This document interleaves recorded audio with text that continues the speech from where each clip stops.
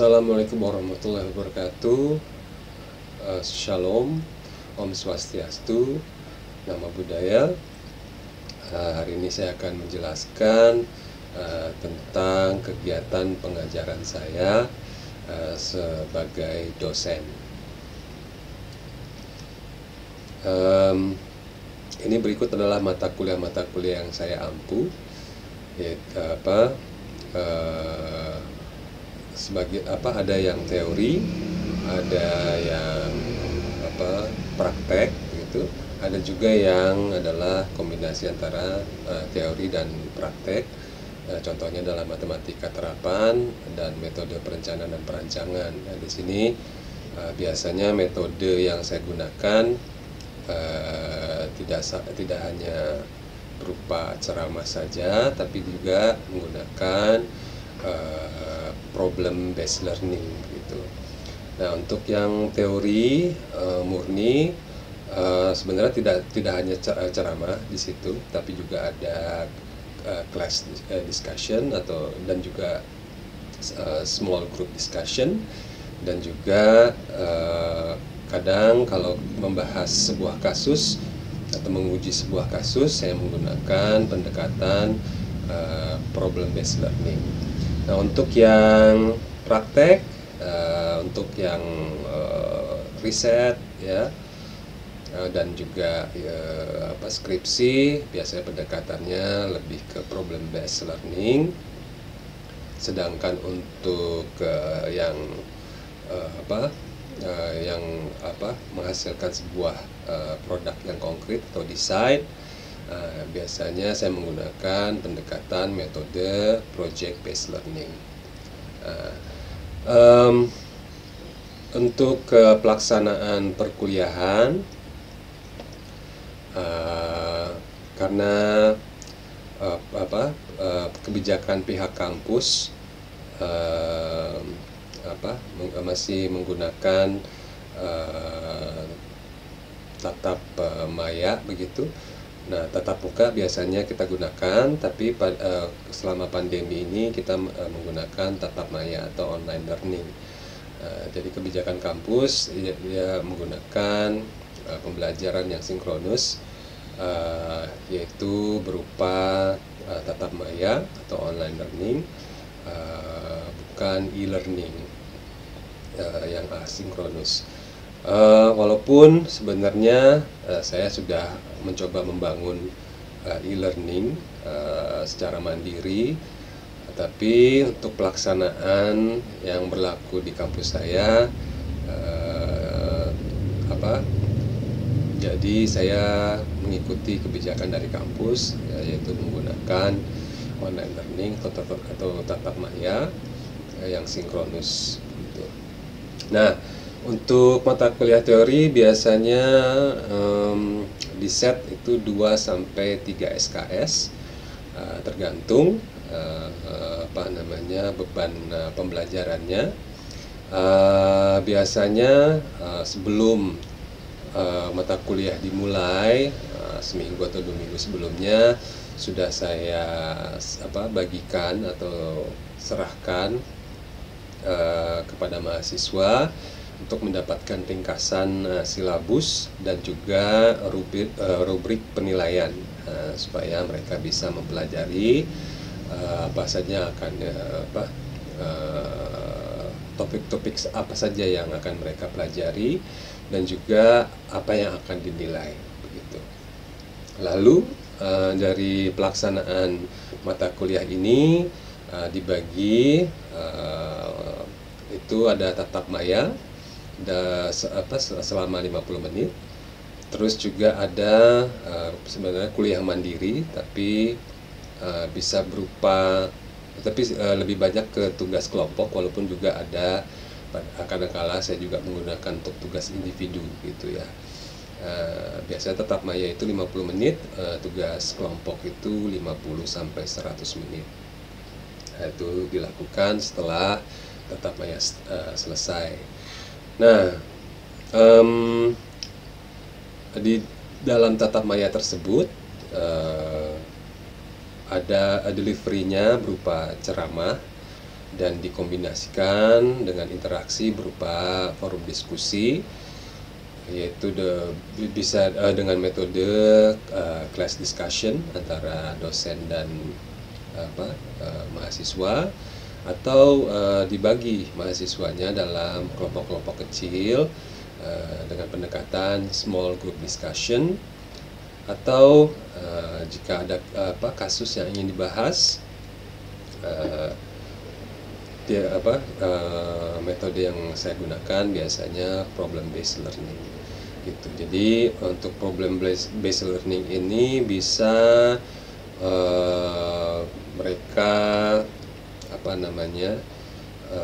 dilaksanakan itu dalam untuk membahas sebuah kasus ya, dan menghasilkan sebuah evaluasi dan juga solusi, bisa seperti itu, atau hanya evaluasi saja dalam hal hanya menguji sebuah teori, sebuah rumus, misalnya sebuah teori atau hipotesis atau fakta itu yang akan dibahas bersama dalam bentuk juga small group discussion antara mahasiswa dengan panduan dari dosen selaku mentor atau fasilitator gitu. Jadi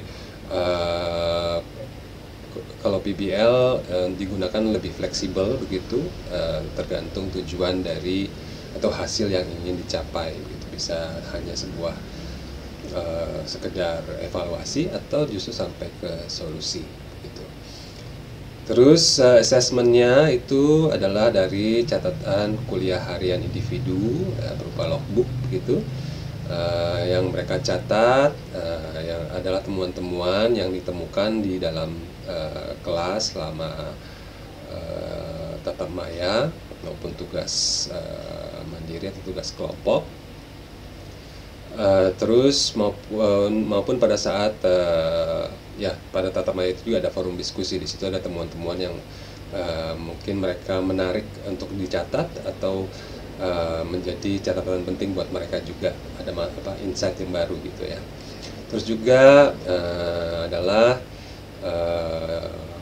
temuan-temuan yang mereka temukan di luar kelas setelah kelas selesai. Dan di dalam itu selain mencatat temuan-temuan mereka, juga ada catatan berupa insight atau argumen ya terhadap topik atau topik harian atau kuliah pada saat itu, berupa pendapat, pandangannya dia, wawasannya dia, evaluasinya dia terhadap topik tersebut. Bisa juga ada kritik maupun gagasan atau ide gitu.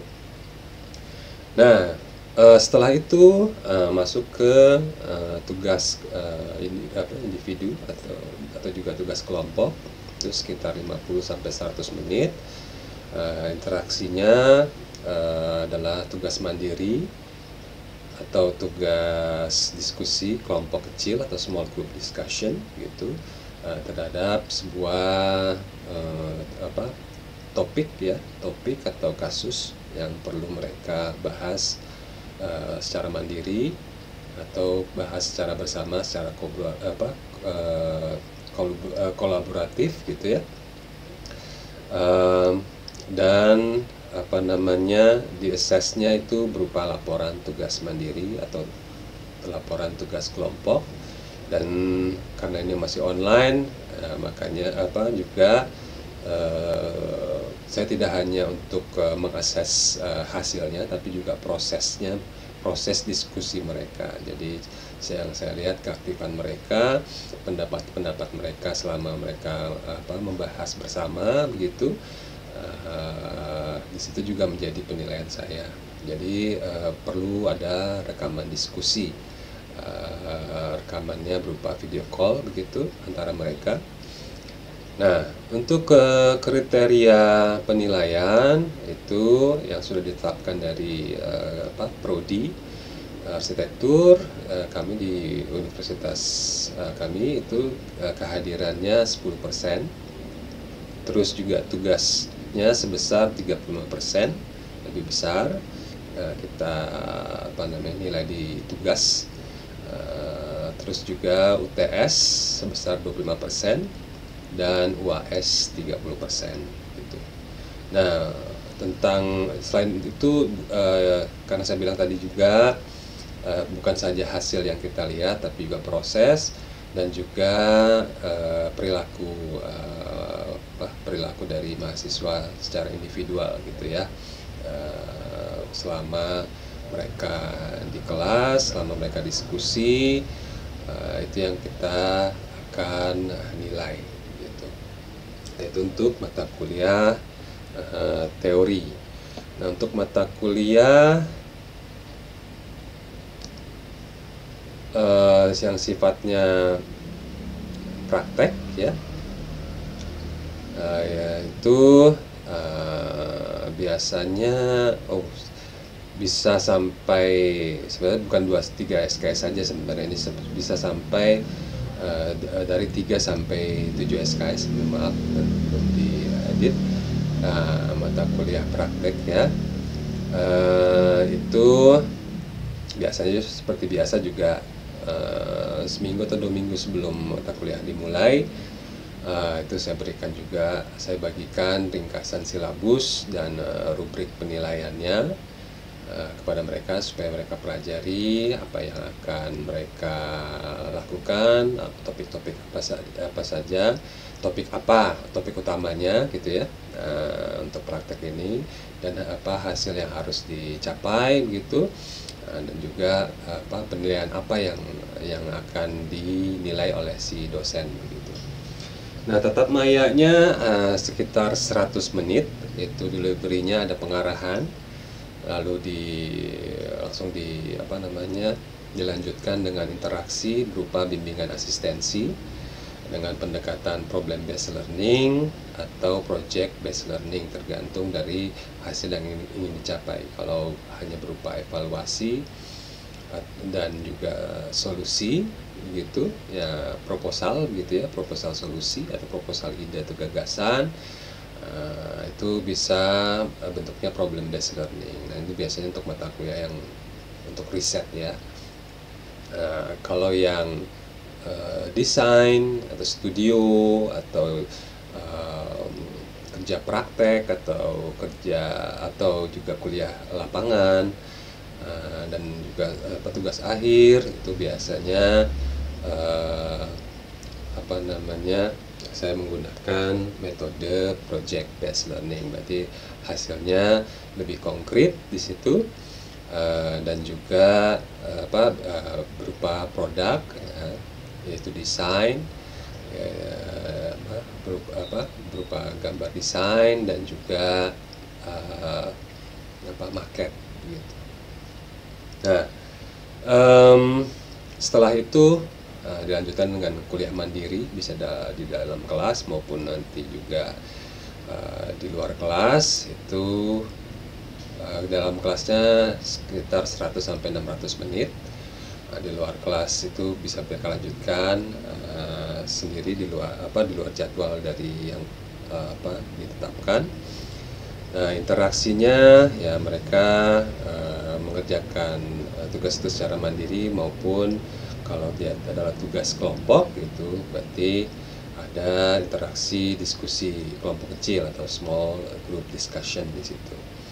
Lalu assessmentnya itu berupa laporan tugas mandiri, atau kalau misalnya tugas kelompok, itu laporan tugas kelompok. Lalu juga ada rekaman diskusi, khususnya untuk laporan untuk yang tugas kelompok begitu, untuk kami lihat atau saya lihat proses mereka dalam mengerjakan tugas begitu. Proses mereka diskusi, menghasilkan ide begitu ya, menemukan masalah dan menyelesaikan masalah tersebut sampai produk ke akhirnya begitu. Di sini kita tidak hanya menilai hasilnya saja, tapi juga menilai proses mereka, ya, juga termasuk juga perilaku mereka selama di kelas begitu. Terus untuk kriteria penilaiannya itu ada kehadiran hanya 5%, tugas lebih besar itu sebesar 50%, UTS itu sebesar 20%, dan UAS sebesar 25%. Nah, di sini proses itu biasanya kita nilai lebih ya. Makanya tugas itu 50% kita tetapkan gitu. Nah, ya itu untuk mata kuliah praktek memang akan berbeda dengan mata kuliah teori begitu dalam pelaksanaannya.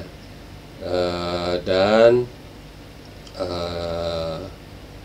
yang ingin kita capai adalah supaya anak-anak tidak hanya menghafal gitu ya, tidak sekedar mengerti saja, tapi juga memahami begitu,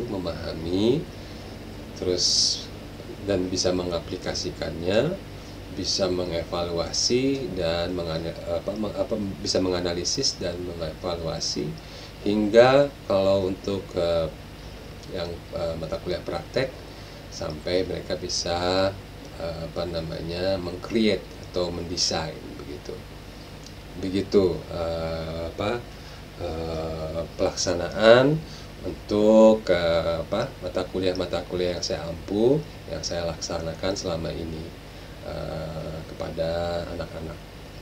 Saya rasa itu saja penjelasan dari saya. Semoga asesor bisa memahami apa yang saya kerjakan. Begitu saja. Terima kasih dan terima kasih atas perhatiannya, dan mohon maaf jika ada kekurangan.